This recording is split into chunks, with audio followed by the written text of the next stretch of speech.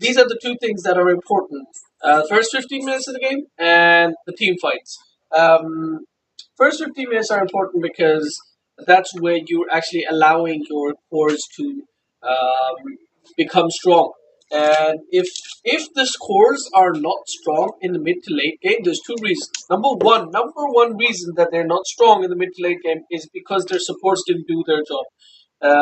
Number two reason why the supports might not be strong is because they can't last hit for shit. So that's besides the point. Now, anyway, so let's just jump into a game. The two support games.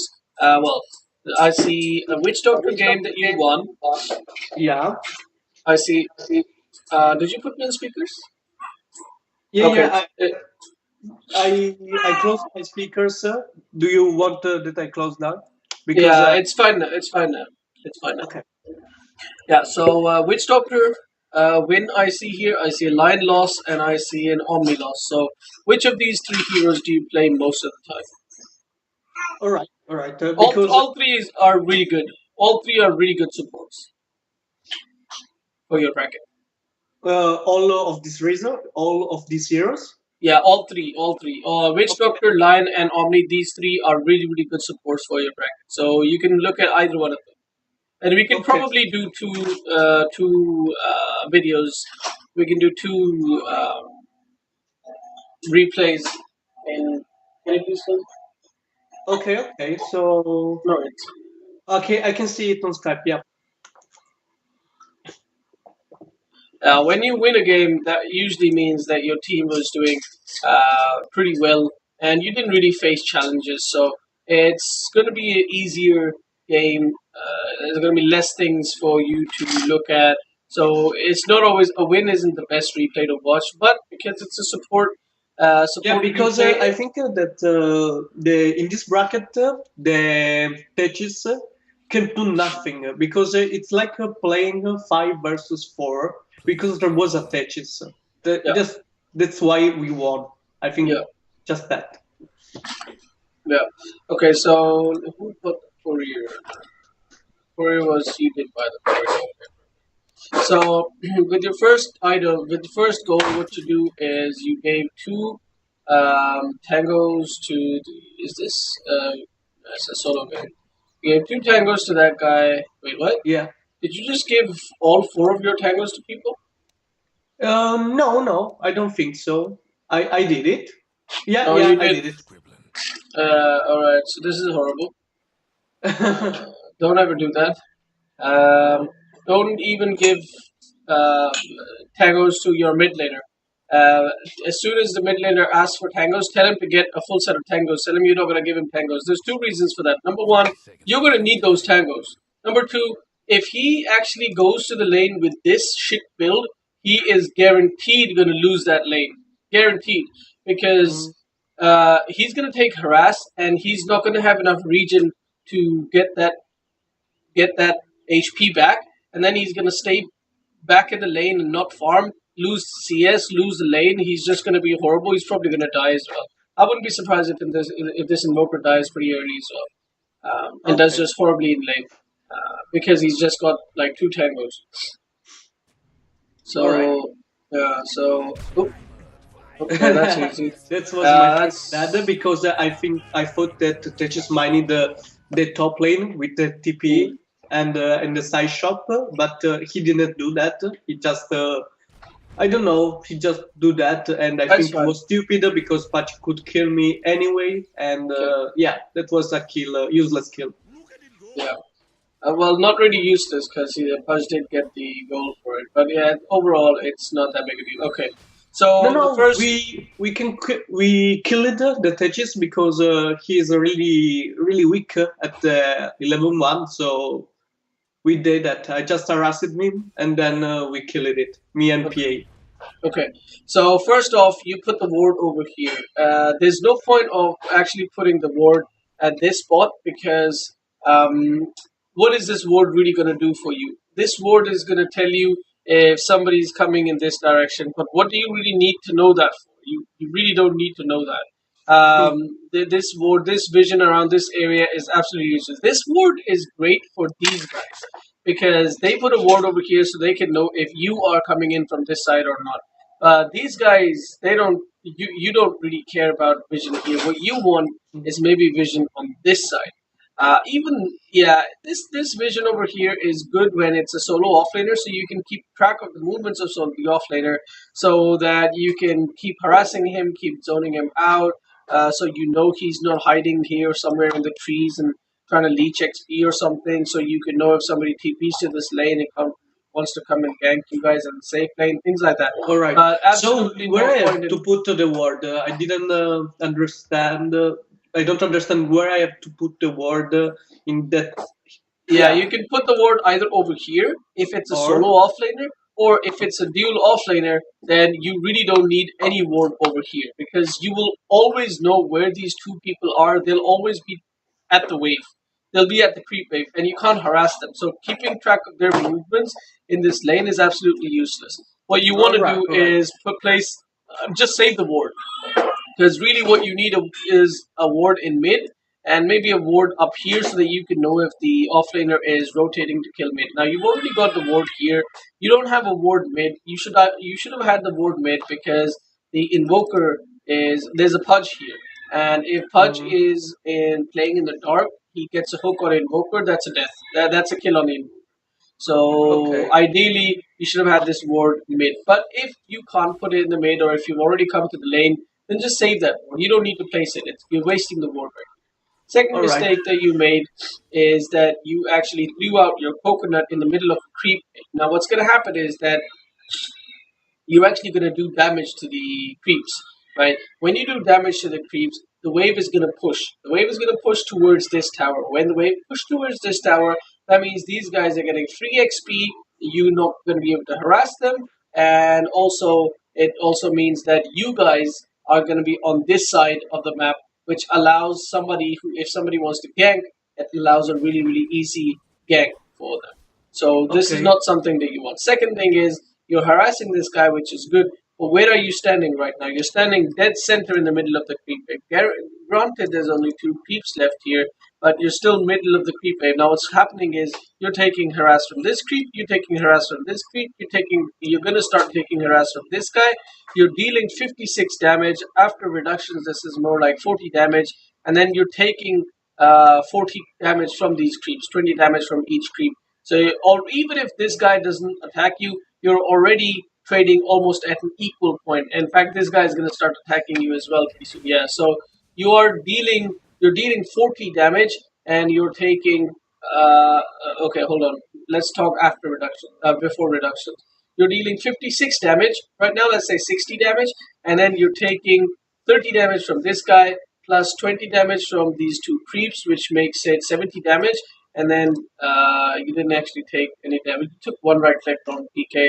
So let's just say you took 50 damage from this guy. So let's say around 120 damage. So for every 60 damage, you're taking 120 damage. So you're taking double the damage from every damage that you deal to them.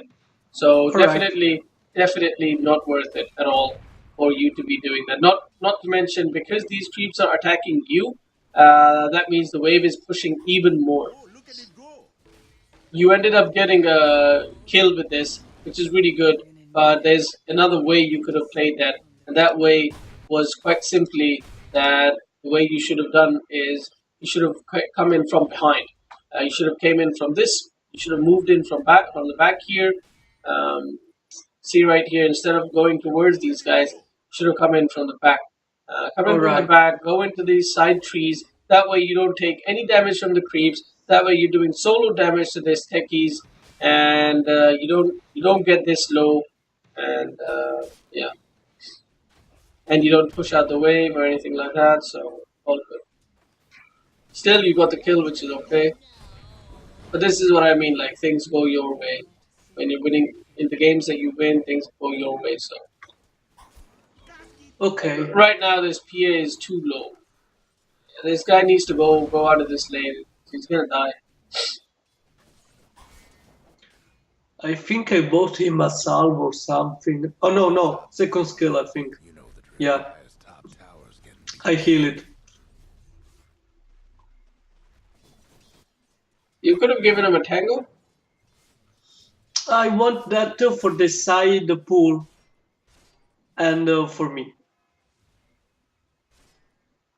I think You don't need the tango though because you've got the healing. Voodoo Restoration, you've got the healing spell. So you really don't need the you don't need the tango. So you could have given the tango to that guy. You do 16 HP per second as heal. So literally, let's do a quick calculation here. Um, for 115 HP,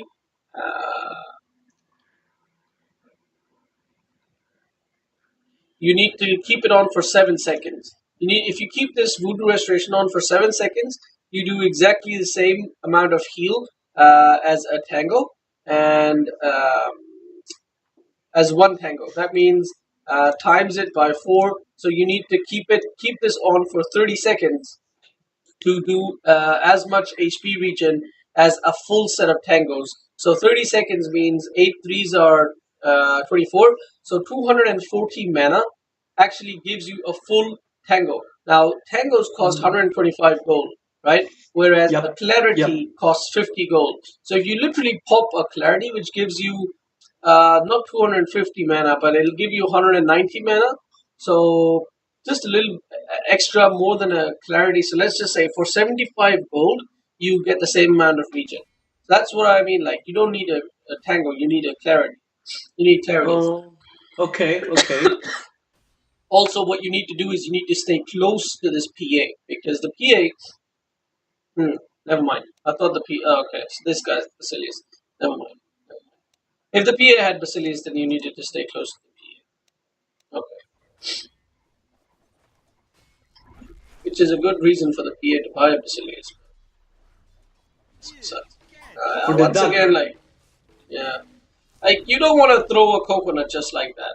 You know what you want to do is you want to tell the PA jump on this guy, right? PA jumps on this guy, then the guy starts moving back. As soon as the guy starts moving back, let's say the guy is roughly about like over here, then you throw the coconut, and then you get some lucky bounces on him, and then you kill him. But chasing him like this, very dangerous. You're gonna take lots of damage.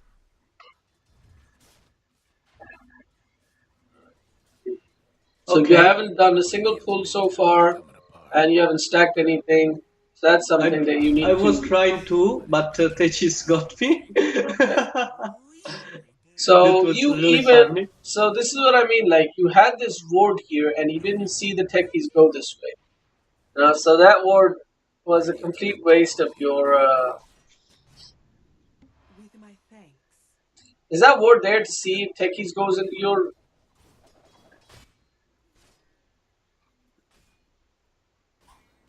I'm not going to talk about that word. This was too funny, really, because the poor Punch, he got really stomped. Alright, so what you need to get into the habit of is doing pulls. If you'd been going here earlier and doing the pulls earlier, the techies wouldn't have been able to kill you. Secondly, if you'd been... Pierre didn't have the region for bear a pull, I think. Yeah, so he should have gone back to base. Yeah, or ferried, or gotten a salve or something like that. But you don't just give everything up and just stand there healing the bloody PA. That's not how it goes. Also, you just did a single pull here. That's not something you want to do. You want to stack and pull, or you want to pull through. You want to learn to pull through. I know how to pull through, but I don't think I wanted to harass the decay, and so I didn't do that because I wanted the double wave to come. So look at the damage. I think the creeps killed the decay. Yeah. Okay. Alright, so you really need to buy boots. You see, if you'd bought boots here, you are doing a pull. Yeah, I did a pull. Once again, you're doing a single pull, not really ideal. You're gonna push out the wave again, and they have a pudge. You have no vision on this side of the map. You have a ward here, and you have a ward here. Is that a ward? Yeah, you have a ward here, and you have a ward here. You've literally got no ward around this area. So if the pudge comes in, well, you'll see the pudge coming in from this side. So that's okay. This ward is gonna spawn in, so it's okay. All right, never mind. Yeah, but All you right. should have bought the boots from here, definitely. Much sooner. You should have bought the boots, and you should have by now. There should be how many? There's one more. Wait, who's somebody putting wards up? Or what? Where's all the wards? In the Korean? Seems to be missing some wards. All right. So there's Because only I think that Mirana bought one or two words in her for her. yeah, but where are they though? I don't know. I don't know I where don't they are. know. Well, Anyway, I don't know. No. so you've got to Yeah, see so Pudge it already. Mirana got them. Yeah, so Pudge did come, and Pudge got a double kill. That's what I mean. Like, you know how this happened is because look at your positioning. You guys are over here. Well, that's kind of PA's fault, to be honest.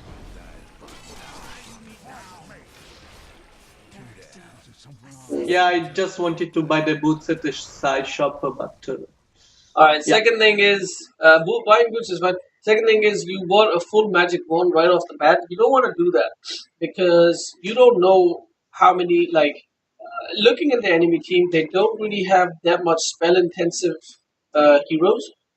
So Mhm. really, you don't even need magic stick in this game on this guy. You don't need this. This was, in my opinion, this was a waste of 500 gold. To be very All honest with right. you, there were so many other items that you could have bought, or should could have started making better items. Like the thing is, like they're gonna have a lot of, like this guy gets on top of you, you're dead. This guy hooks you, you're dead. This guy stuns you. Like there's so many things that you want to escape, and really, ideally, you want to have a Gamer force crab. force staff. And Glimmer Cape isn't going to help you that much. Force staff. For stuff. Yeah, you Okay. need force staff to this game, to be honest. So not just for yourself, but more for helping out your allies. All right. So to be honest, Glimmer Cape wouldn't be too bad. Either way, definitely better than anything would be better than Magic Wand. I don't think this game Magic Wand helps you that much. You don't have a single point in Maledict, which I don't like. You want to have 1 point in Maledict. This skill You don't scales like? Oh, I thought that the real support never put some skills in Maledict. I absolutely don't not. know why Absolutely not. it's good spell. No. You want to put points in Maledict. You want to look at the lane and judge if you want more points. What do you want points in? For example, sometimes you're going to have 1 point in Paralyzing Cask or 2 points in Paralyzing Cask. You're going to have more points in Voodoo Restoration. You're going to have maybe more points in Maledict. The thing to understand is that Maledict is burst damage, right? Burst damage. And Mm. Voodoo Restoration allows you to survive in lane for a lot longer, and Coconut allows you to somewhat initiate fights, escape from fights, and Yeah, because set up. I think in our bracket we don't have an initiator. Never. It's the real problem. So yeah, that's why I always put all my point in cask. Yeah, that's I don't like that, to be honest, because really you never want more than you don't really need more than 4 points. Sorry, more than 3 points in Paralyzing Cast, because after 6 bounces, it's highly unlikely that you're gonna get heroes in like perfect position.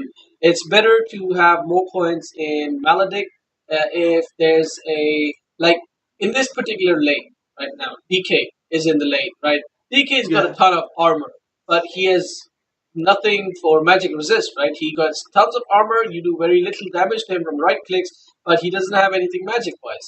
So if you have even 1 point in Maledict, right? Mm. Um, if you guys bring his HP down to what is it?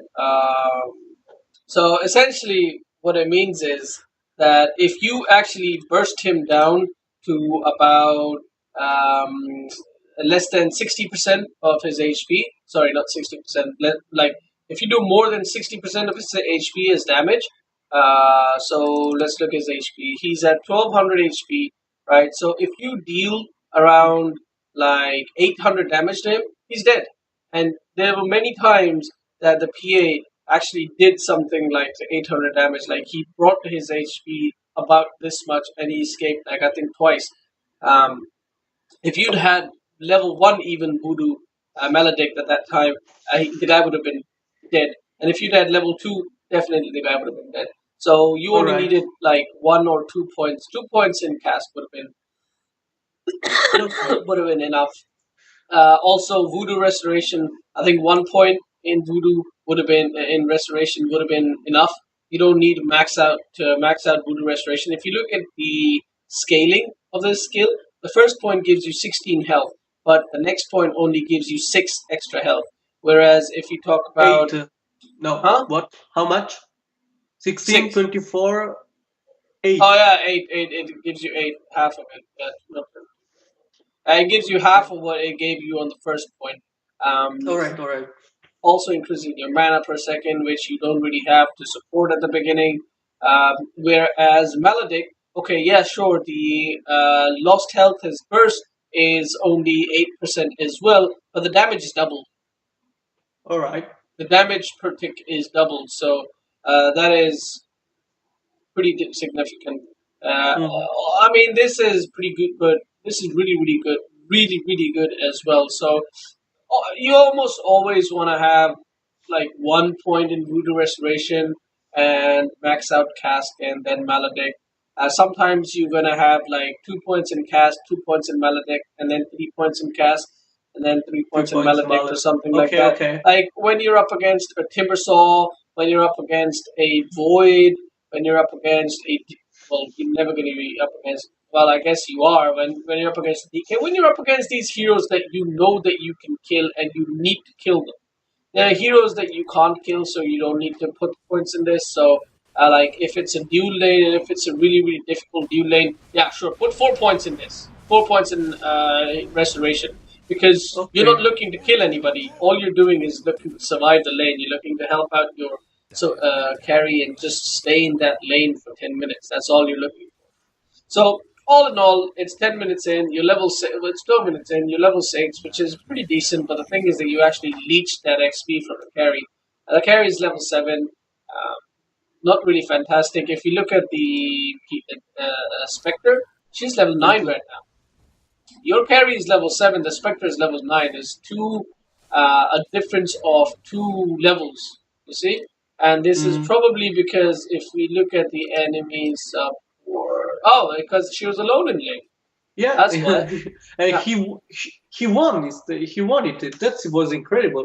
Alone, Spectre, one of the biggest carry of the whole fucking game, can fucking solo one Mirana solo offlane. That's incredible.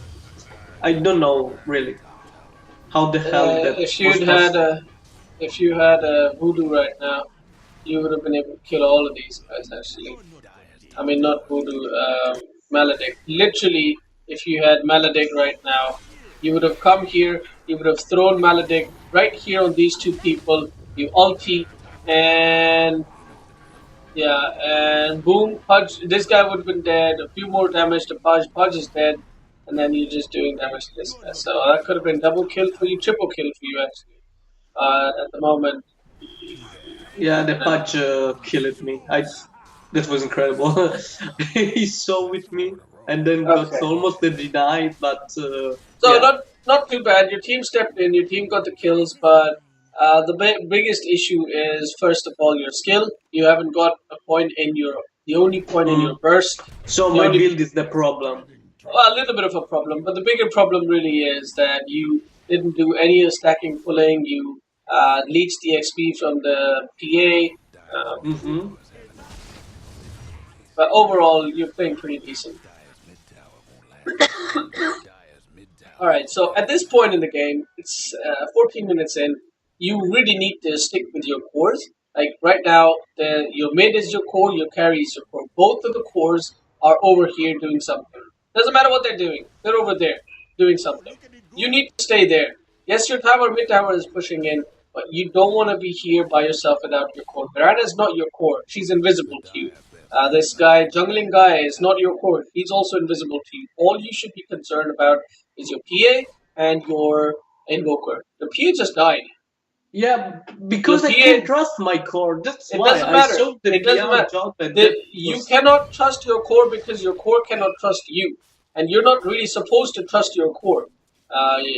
It doesn't matter if you can trust your core or not. If you're playing support, you need to stick with your core. Your job is to protect your support, stay close to your support. If right now you had turned your wound restoration on, this guy could have actually blinked to you. You could have stunned this guy. You throw maledict. You've got you don't have ult, but you could have stunned that guy, allowed the PA to escape. The PA could have blinked on you instead of blinking right next to the creep. Could have survived. You could have had a ward up here, an observer ward up here instead of doing what you were doing and putting observer wards around there. You could have had an observer ward up close to where the PA was farming. This ward is completely useless. I don't know. I think Miranda is the one who plays this ward though. yeah. Miranda plays that, not me. Yeah. So at the moment, your warding is like Inefficient. not inefficient. It's just the Mirana's fault, really, that the ward is up there. But you want to ward close to the towers, like the towers that you're attacking or defending, and you want to ward close to where your cores are farming. Alright, that's another thing. Alright. So this is what I like. Like, you're close to your core right now, which is great. He's still gonna die because you threw the cast the wrong way, but that's fine. This death I'm completely fine with.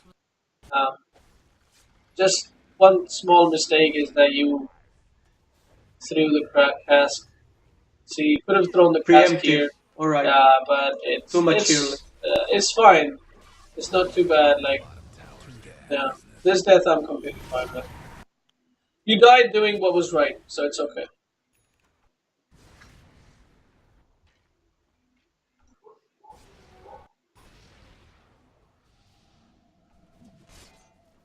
Alright, so now I want to look at one team fight, which is going to be soon. I don't like this throwing casts randomly. Now you don't have cast, and this is a horrible ult. Horrible ult. You just ultied no one. You literally just ultied no one, and you had a cast up right now. You were trying to escape. You knew you were dead, but you were trying to escape. 3, 2, 1. Right now you have cast. Turn around and throw it on someone. Just throw it on someone. In fact, if you throw it through the cast, you could have lived, maybe. That's besides the point. At this point, Sorry, I didn't understand because the mic got some problems now. Yeah, no, I was saying that you could have turned and through your cask, and maybe you would have lived. Alright. So, too much early cask another time. Yeah, cask. You're using your spells very poorly. Very poor usage of spells. Because if you look here, you saw these guys, you threw the cask. Now, it's not, the cask wasn't as bad as your ult. You literally just ultied. No one was there. You just ultied. Alright. Yeah, that was really bad. So you need to wait. You need to stay behind your teammates. You need to wait for them to initiate. Even if you initiate with Coconut, you want to stay back. You want to assess the situation. You want to throw down a maledict on at least 1 or 2 people. And then you want to ult where it is safe to do so. You don't want to just throw down your ult in the front. Just get hooked or stunned or die. Alright, now you come back alive. This is the last team fight we're going to look at. You come back alive and make your way to the lane. So right now, if I was you, I would have thrown that cask at this DK. There we go. And immediately pop your ult. Don't like that. You're going to get hooked. And you're dead. So, I was happy with the cask. You threw the cask on the right person. But the important thing to see is who are the people who can stop your ult, right? The Necro with the ultimate necro, and yeah, Pudge with hook. the Necro can ult you and stop your ulti, which is fantastic for you. It's a win for you. If you force the Necro to ulti you, that's a win for you because that means the Necro didn't ulti one of your allies. Also, you're at full HP, so if the Necro ultis you, he doesn't kill you, so it's fantastic for you. The Punch can hook you and kill you. You don't want to do that. So the best way to avoid that is to make sure you know where the Pudge is, and then to put some people between you and the Pudge. The DK can stun you and kill you if he's in Dragon form, which right here he was. So you don't want to use your ulti until you can see the DK has used a stun. Even then, it's just a 12-second stun. So Mm. I mean, you want to pop as soon as he uses his stun. That's when you want to pop your ult immediately. So I would have liked for you to throw. But once you threw the coconut, the punch was right here. All you needed to do was just walk a little bit over here and then pop your ult. Yeah, but the problem is that I see, but there is too much confusion, and I really couldn't see the patch. That moment, he got out of nowhere. Even if I got the camera on, because I have a good camera positioning. I don't know if it is true, but You saw the punch. You saw the punch in your positioning. You were just too. This is your camera perspective. You see the yeah. punch. You see the entire team fight. You see what's happening. You threw the coconut, but you were too hasty. You weren't patient enough. You used Mm, 3 seconds of your ult, and that's it. Your ult lasts yeah. for 8 seconds. Yeah, 8 seconds. You used 3 seconds of it, so that's not good. All right, so I'm gonna end this replay here. So I think the mistakes are quite clear.